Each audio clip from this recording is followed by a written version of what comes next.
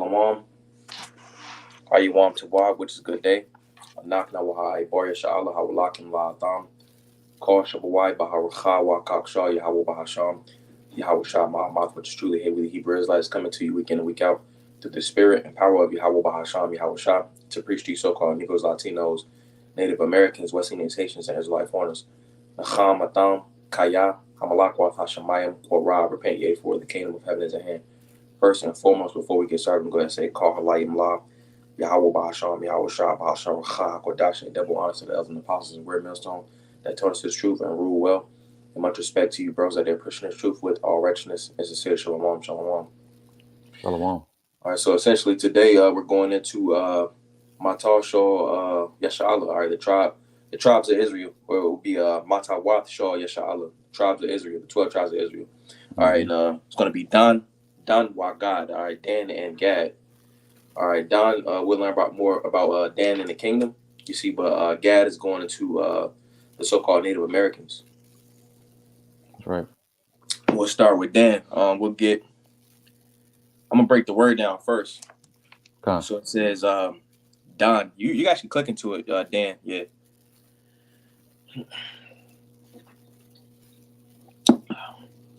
It says Don. All right, and it says from Dayan. It says a judge. Now I want to click on that root word to the right.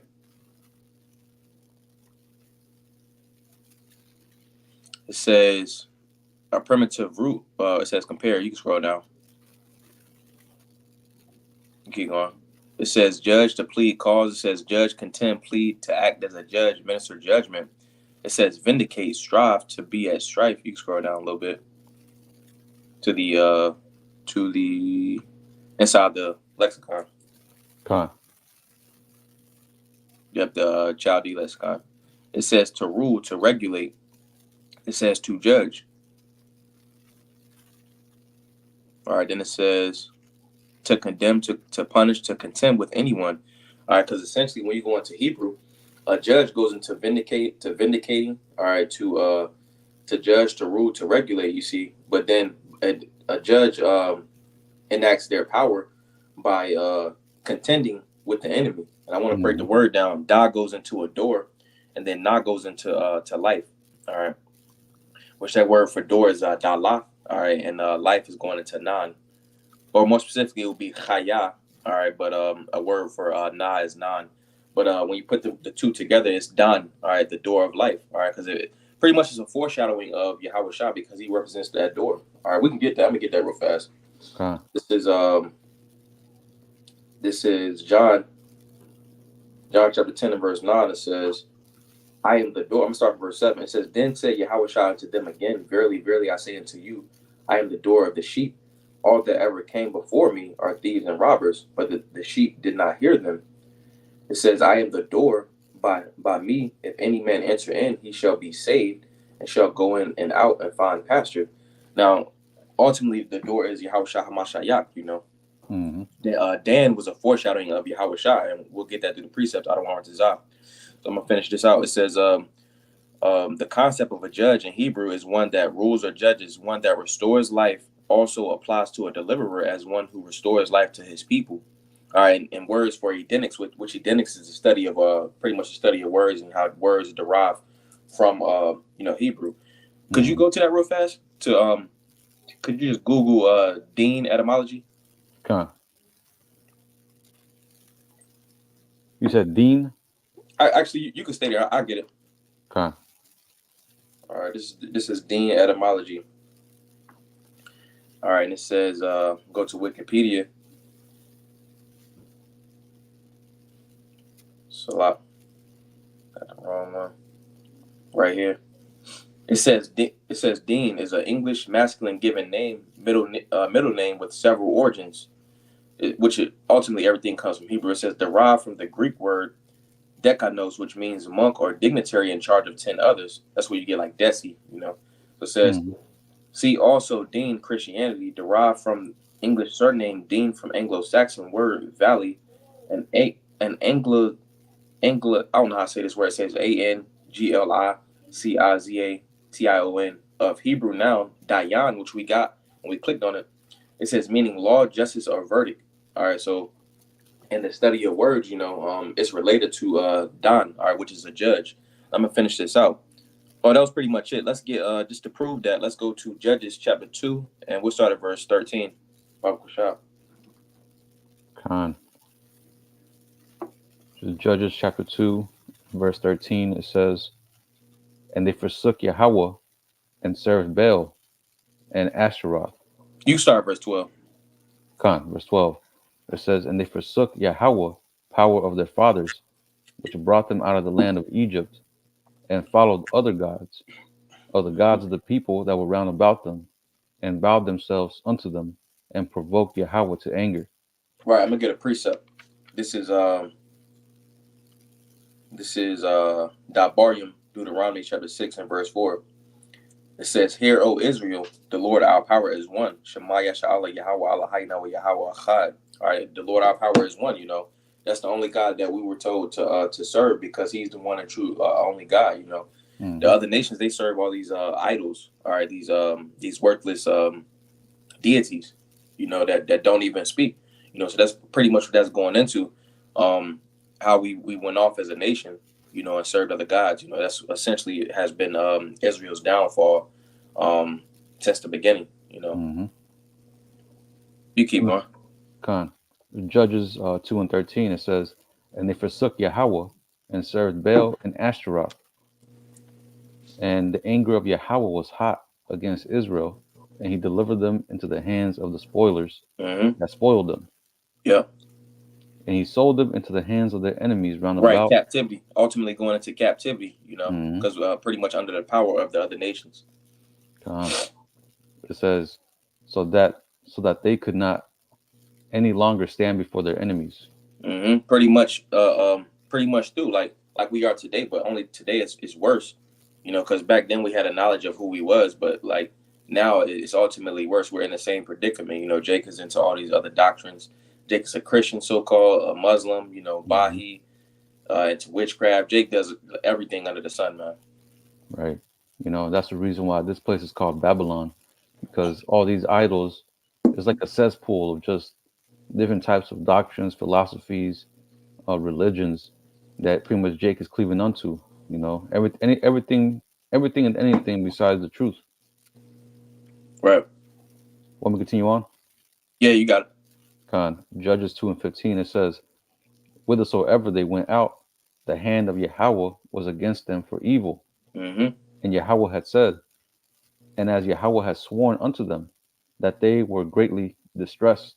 Right, and a worse estate, pretty much under the curses, Khan.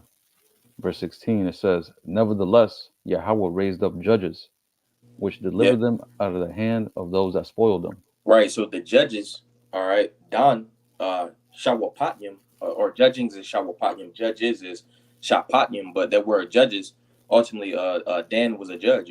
That's essentially what he did for the people. And an example of that, which we'll get, Lord's will, is Samson, Shamashwan.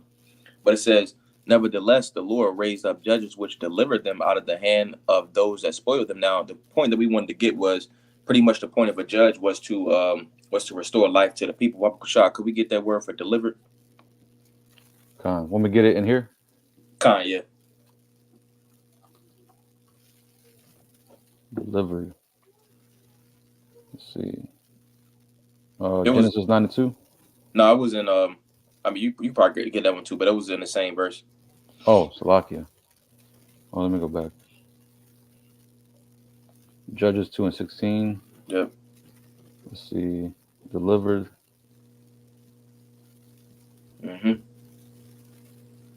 Khan. Yeshai, right? Yep. And it says a savior. It says deliver, to be saved, to deliver, be victorious, to save from moral troubles. You scroll down to the lexicon. Khan. And it says to be spacious. It says to be spacious. It says to free, to preserve. You preserve something, you maintain it, because in the curses, we are able to maintain ourselves. So pretty much the point of a judge was to bring the nation back to its living state. Because down here it's gonna say something about rescue. Keep going. That's it. Con. Yeah. So pretty much it says to be safe. It says you scroll up a little bit.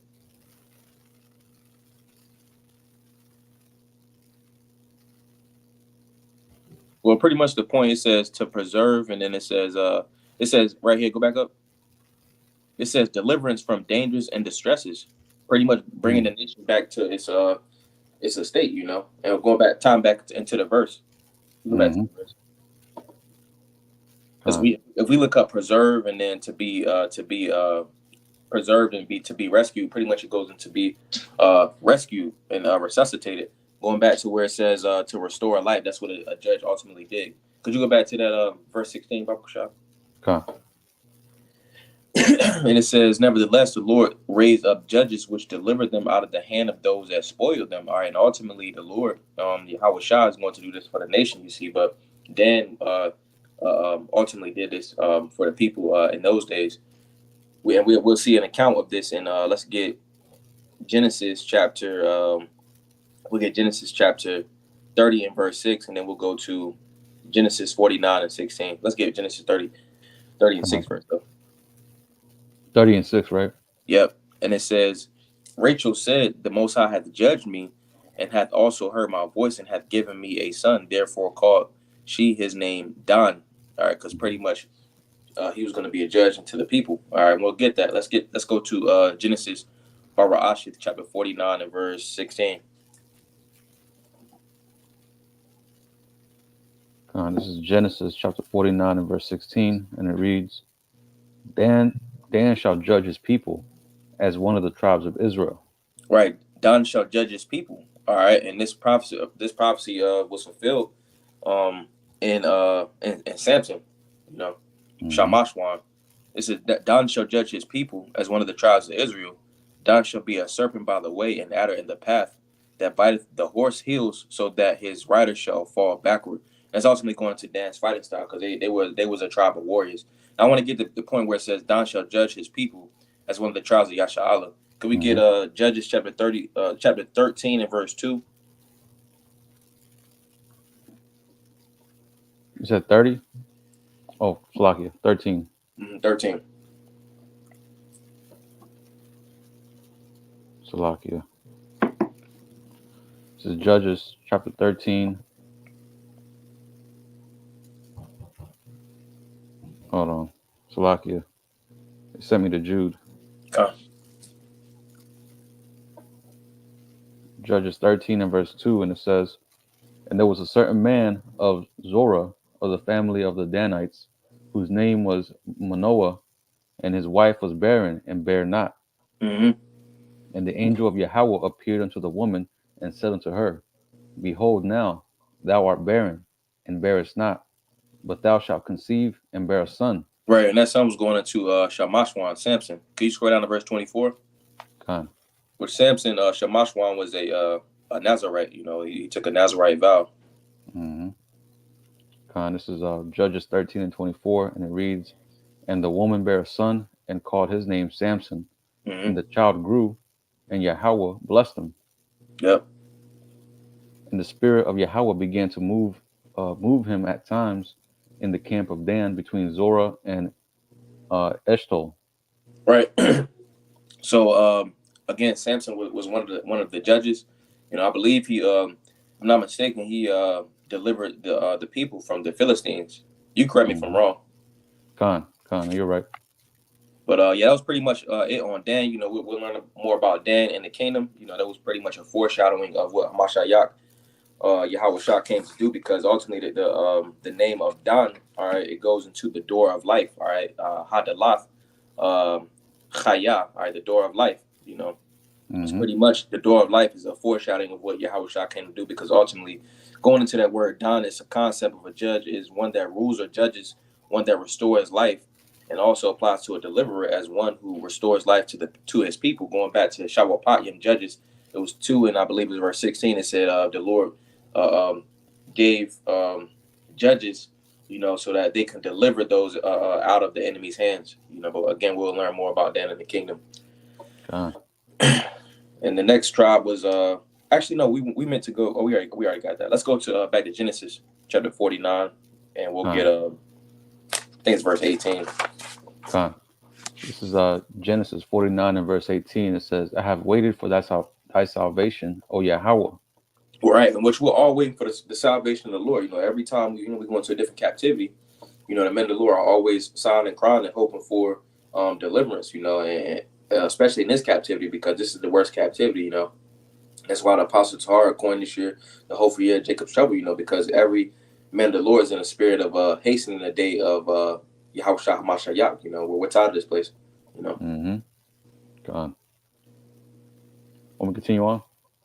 Khan. This is Genesis 49 and verse 19.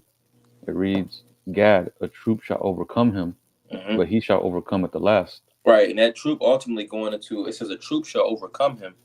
So it says a troop shall overcome him, but he shall overcome at the last. That troop being the U.S. cavalry, Gad had all this land from Canada to the U.S., but ultimately they was taken down by the U.S. cavalry, but it says he shall overcome at the last, because Gad's going to get back reparations in the kingdom, true reparations. Now let's get the word for Gad, Baba Kushal. Khan.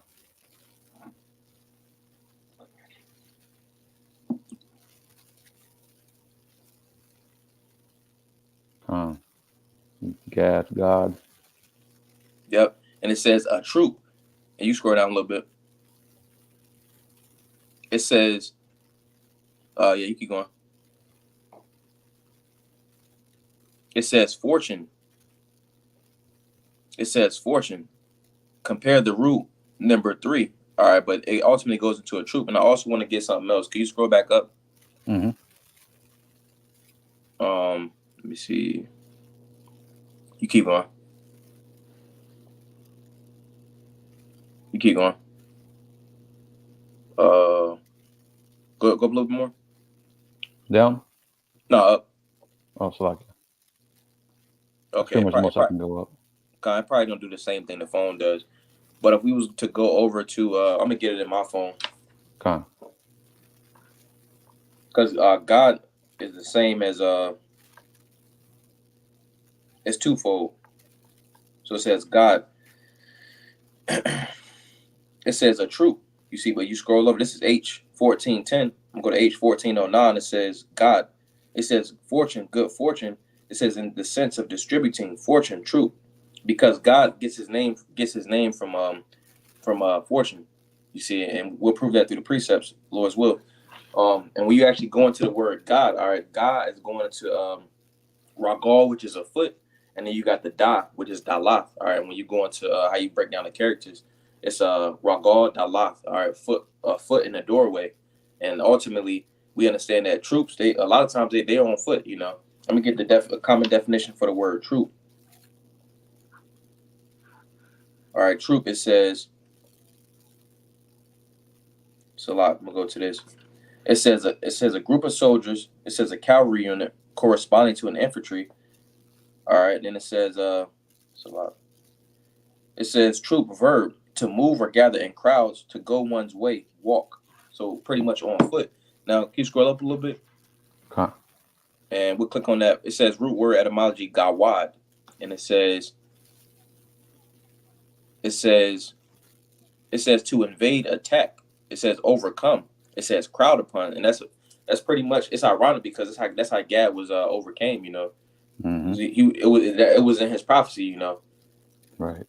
But it says crowd upon, attack, and that's ultimately how Gad moved. He pretty much was on foot. They had horses as well, but it was pretty much nomadic. We're all pretty much nomadic people.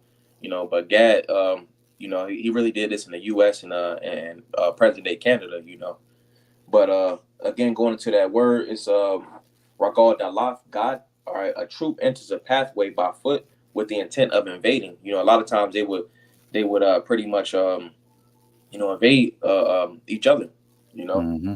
But the name also means good fortune, because if you go into it, it says with the intent of distributing, because a lot of times they might go hunt or something, and then like they get like a buffalo, they use they wouldn't just keep the whole buffalo for themselves, because we're a people of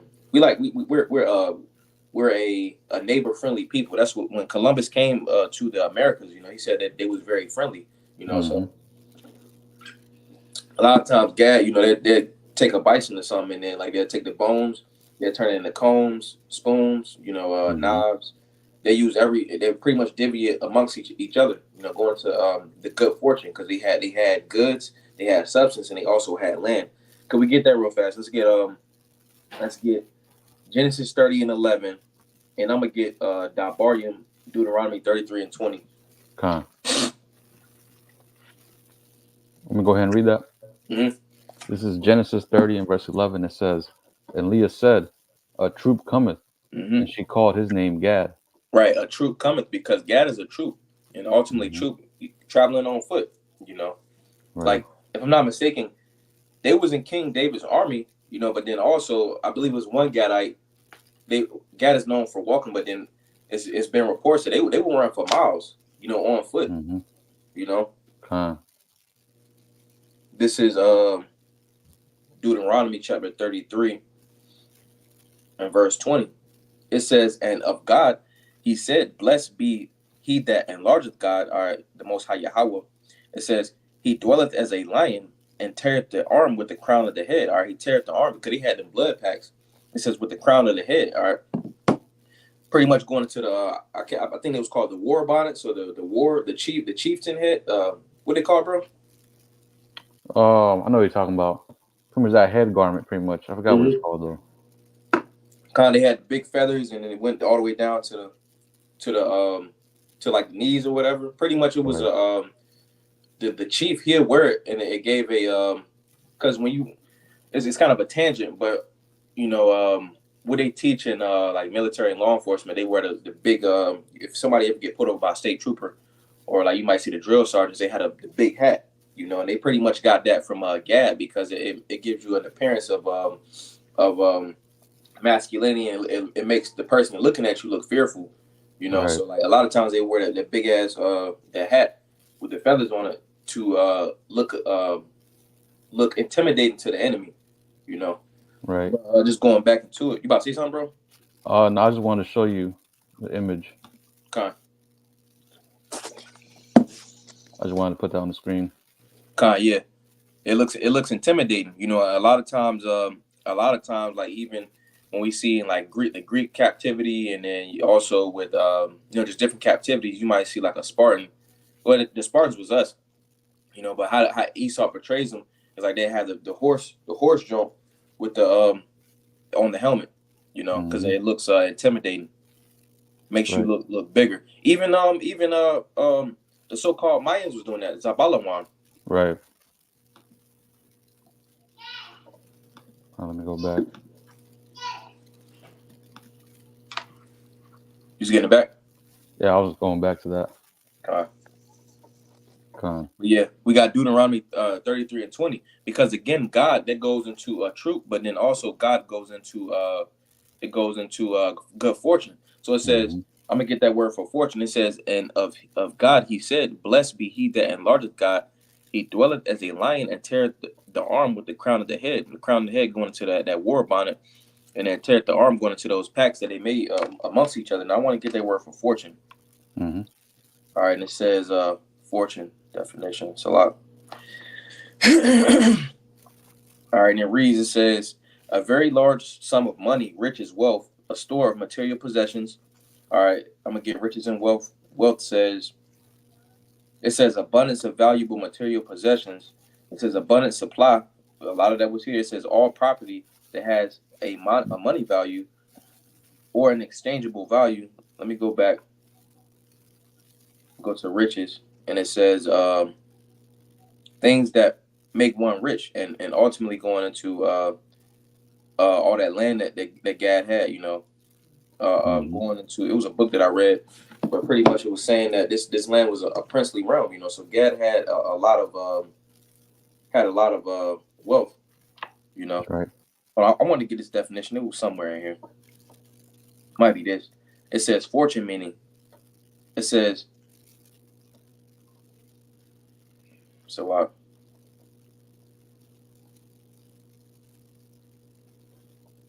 It says a large amount of money, goods, or property, etc.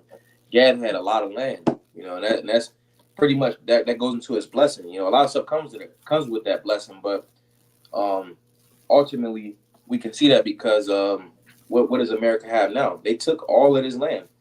You know, gave Gad different small reservations, but that ultimately going into how Gad was fortunate because they had all of that land, resources, materials. Mm-hmm. But yeah, you got it, bro. That was pretty much it. Con, con. And I just want to touch on that Genesis 49 and 16, going into how the troop overcame him. Hmm.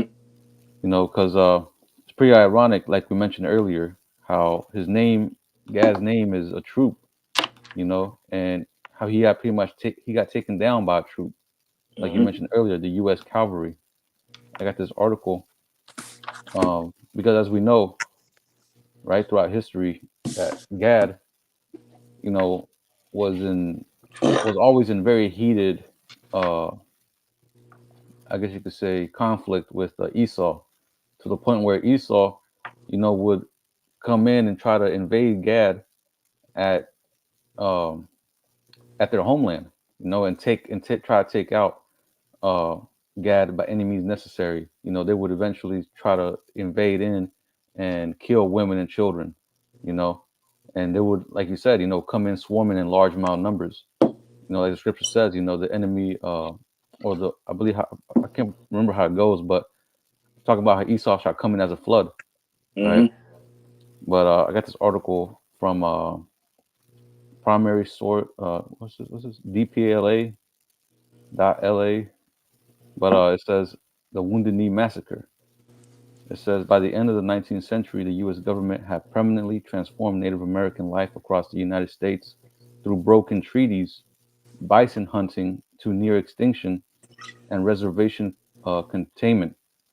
Native Americans were also uh, deleteriously affected by government agents, uh, assimil- assimilationist, Hmm. educational, and religious programs, and military conflict. This is at the end of the 19th century, tribes across reservations practiced the ghost dance ritual, which called a new messiah to bring back ancestors, show new hunting grounds, and remove white settlers from their lands. Now, I just want to touch on a little bit of this ghost dance thing because Gad, even though they were trying to call upon the Most High, they were doing it in a way to where they were calling upon spirits. Really, they were uh, uh, calling upon the dead, right? And I want to get Baba Kushak. Can you get what was that? Genesis 19, I believe. Hmm. Genesis 18 and verse 10. Actually, I'll get it right here. You mean I think it was Deuteronomy 18, Oh, okay. or Con, con. it might have been Yeah, Deuteronomy. Deuteronomy 18. You're right. Okay, Hold on, I'm gonna pull it up. I got it. This is Dabarium Deuteronomy 18 and 10. It says, "There shall not be found among you anyone that maketh his son or his daughter to pass through the fire, or that uses divination, or an observer of times, or an enchanter, or a witch," which pretty much these things go into, if I can, it Hmm. says uses divination or observer of times to pretty much, a lot of times, these heathen, they try to pretty much, observer of times goes into, like, they make different patterns. They try to put the Lord in the box, so ultimately Hmm. going into that left hand witchcraft, it says, or an enchanter, or a witch. It says, or a charmer, or a consulter with familiar spirits. That's a form of necromancy, which that Hmm. ultimately goes into communicating with the dead. And it says, or a wizard, or a necromancer. All right, Hmm. and those go into knowing of left hand knowledge, and the necromancer, like they used to do in Egypt, pretty much communicating with spirits of the dead. Back with how they did in Memphis. When you go into that word Memphis, it's mop in Hebrew, Hmm. which it ultimately goes into my Mawat, which means death, because that was a necropolis back in Egypt. So pretty much that's what the Hamites was doing. So a lot of times in the scriptures it'll say, don't do this, don't do that. Because ultimately the heathen was partaking in these different things, which is ultimately left hand knowledge. We're supposed to stick with the true wisdom, knowledge, and understanding on the right hand side. Con, that's right. Can you read verse 12 as well? Okay. I'm gonna start back from the top. Con. Deuteronomy 18:10, it says, "There shall not be found among you anyone that maketh his son or daughter to pass through the fire, or that useth divination, or an observer of times, or an enchanter, or a witch, or a charmer, or a consulter with familiar spirits, or a wizard, or a necromancer." For Right, all and these are the things that Gad was doing. You know, they would do these various dances, calling upon spirits, calling upon the dead. You know, even though it says, you know, they were calling upon the Messiah, they were calling upon uh, uh, the Most High, really, but they were doing it on the left hand side. They were calling upon spirits as well. You know, necromancy, like the brother said. Go ahead. it says, "For all that do these things are an abomination unto the Lord, and because of these abominations, the Lord power doeth drive them out from thee." Hmm. Right. So these are abominations to the Most High. You know, and Gad was partaking in these things. You know, which is the reason why when they did those dances, you know, what happened? You know, what happened after that? You know, they got taken out. You Right. know, the Most High sent these devils to come in and you know raid them. Right. If I can add, the scriptures say, I'm gonna get it real fast. Hmm. This is second Ezra chapter 13 and verse 39. And it says, "And whereas thou sawest that he gathered another peaceable multitude unto him, those are the 10 tribes which were carried away prisoners out of out of their own land in the time of Hosea the king, whom Salmanaser the king of Assyria led away captive, and carried them over the waters. And so they came into another land," talking about Arataza Achar, another land, the Americas.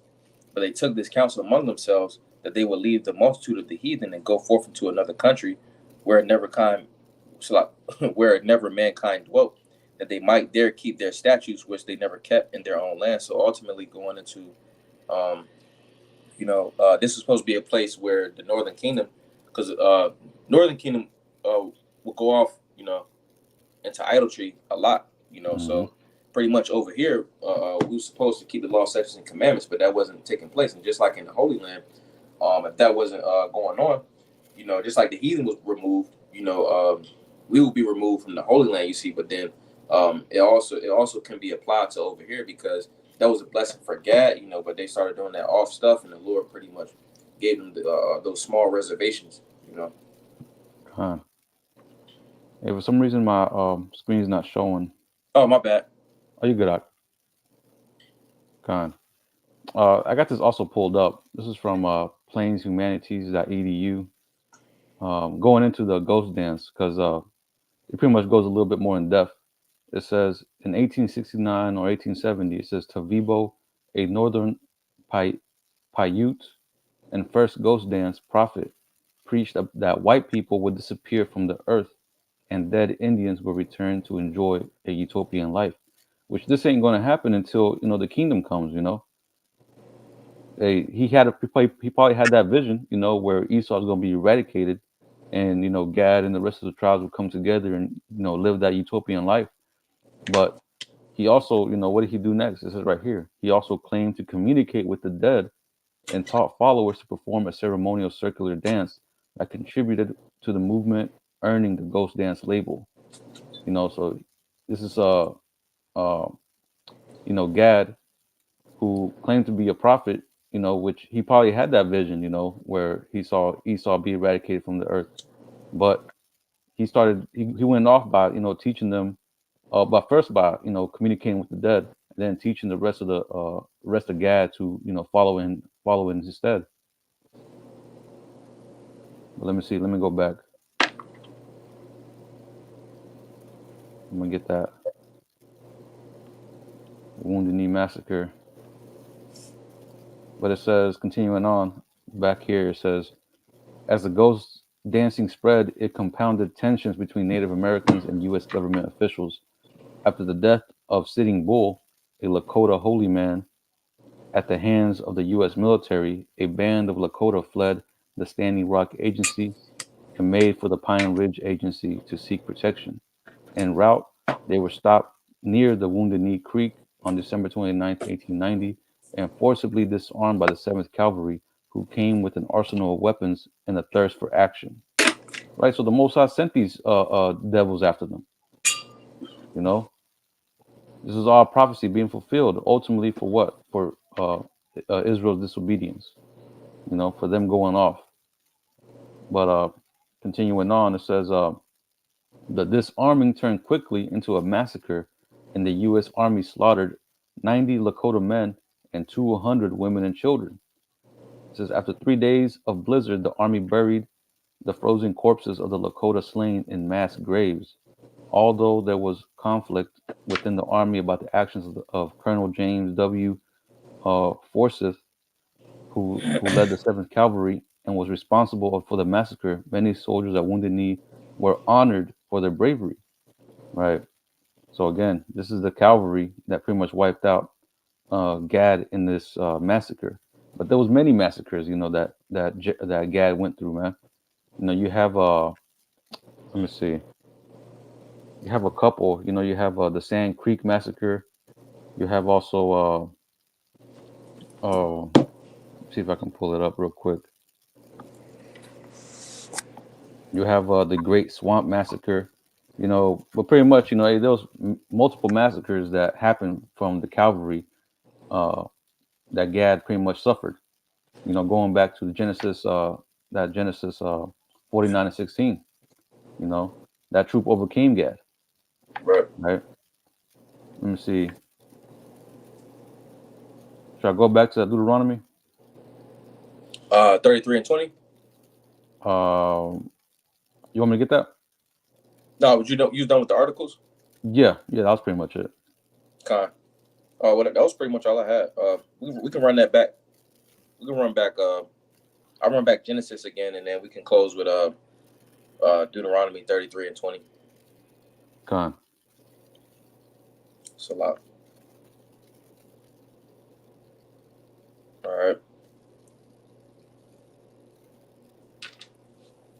So, Bara'ash, Genesis 49 and 19, it says, "And God, a troop, shall overcome him, but he shall overcome at the last," which we got on the examples of in the articles. You know, going into how this land was taken from Gad. You know, even going into the street that they have over here, Tryon. You know, that was a actually I want to get that if I can. It's a lot.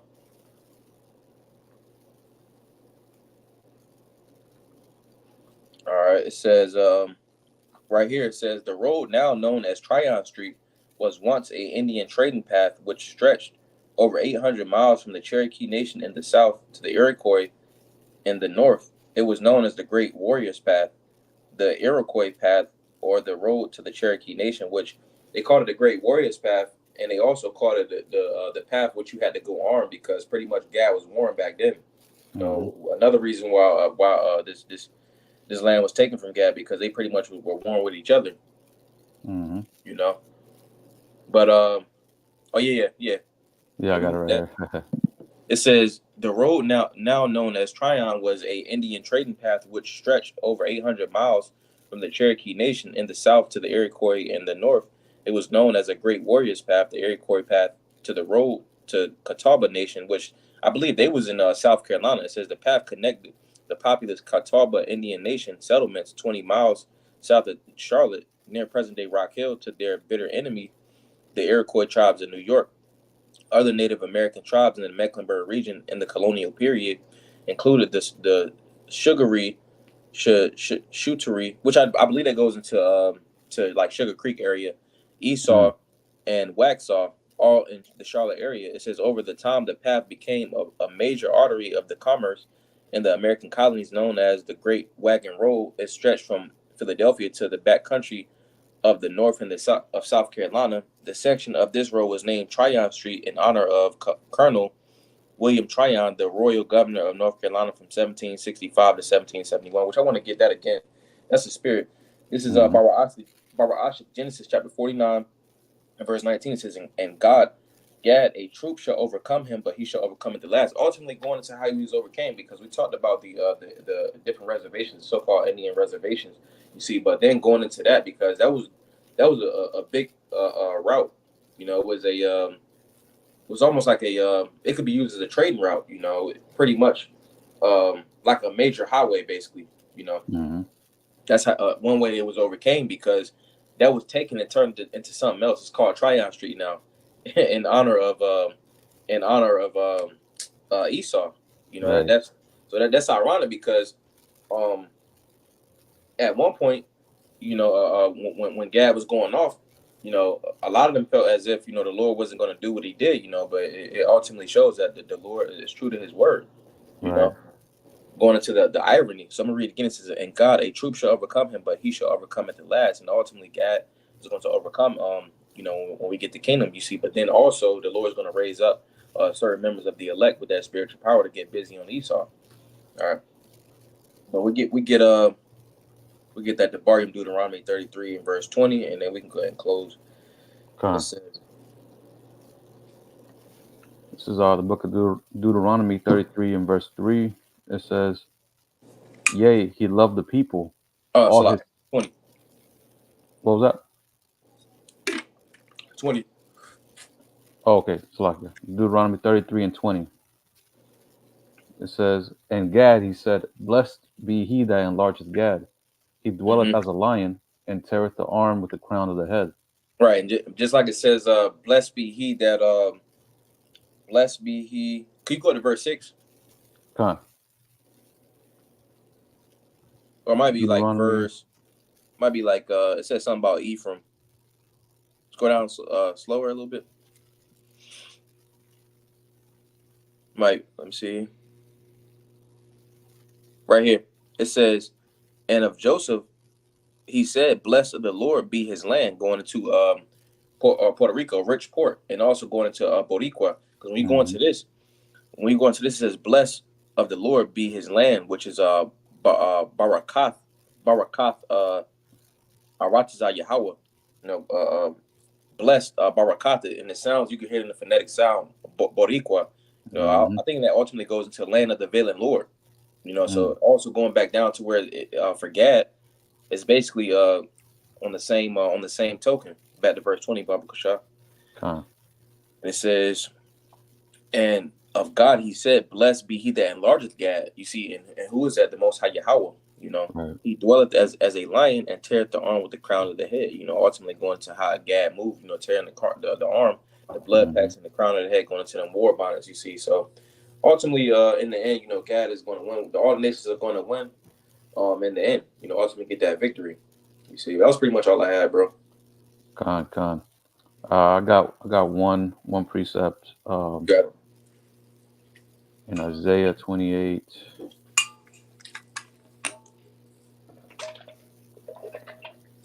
Isaiah 28 and verse 10. Oh wait, no, that ain't it. Salakia. Pretty much going into how the precept was upon them. The precepts were upon them, Mm-hmm. line upon line. I got it. Con. Can't remember where that was. Isaiah 28:10. It says, "For precept must be upon precept, Oh no, not precept." that one. Salakia. Uh, damn.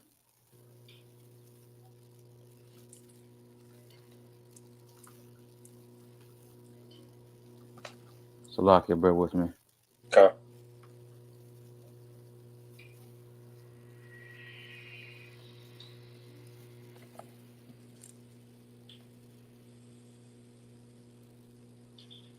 It's Isaiah 28 and 13. Salakia.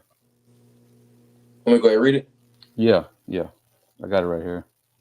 Okay. It says, but the word of the Lord was unto them precept upon precept, precept upon precept, line upon line, here a little and there a little, that they might go and fall backward and be broken and snared and taken." Right. So no, these precepts, that we just read was upon, Gad. Primarily right now that we're talking about Gad, was upon Gad, the troop shall overcome him, but he shall overcome at the last. You Mm-hmm. know, that troop uh uh uh going back into, like we said, the cavalry, this happened unto Gad, you Mm-hmm. know. the precepts, the prophecies that were spoken about by the Lord, hey, it came to pass. It was upon our people, precept upon precept, upon all the tribes. You know, Right. all these things have come to pass, and soon, like at the end of verse 19, it says, "He shall overcome at the last." That's going to happen as well. You know, all the tribes, like you brother, like you mentioned, your one, hey, all the tribes are going to have that glory, man. They're going to have the victory at the end, right? So, you know, this is going to take place. Yep. But that's pretty much it. That's all I said. Hey, well, I don't want to Zaza about now. Apollos, where there was a beautiful edification through the Spirit. Wow, I don't want to Zaza Adam Yashawam Tawab. Hey, Lord's will you have a good day. Mhm. Go ahead and close it up by saying, Call Light La Yahweh Bahasham, Yahweh Shah Bahasham Hakwadash. A double honor to the elders and apostles of Great Millstone that taught us this truth and rule well. And much respect to you, bros, that are pushing this truth with all righteousness and sincerity. Shalom, shalom.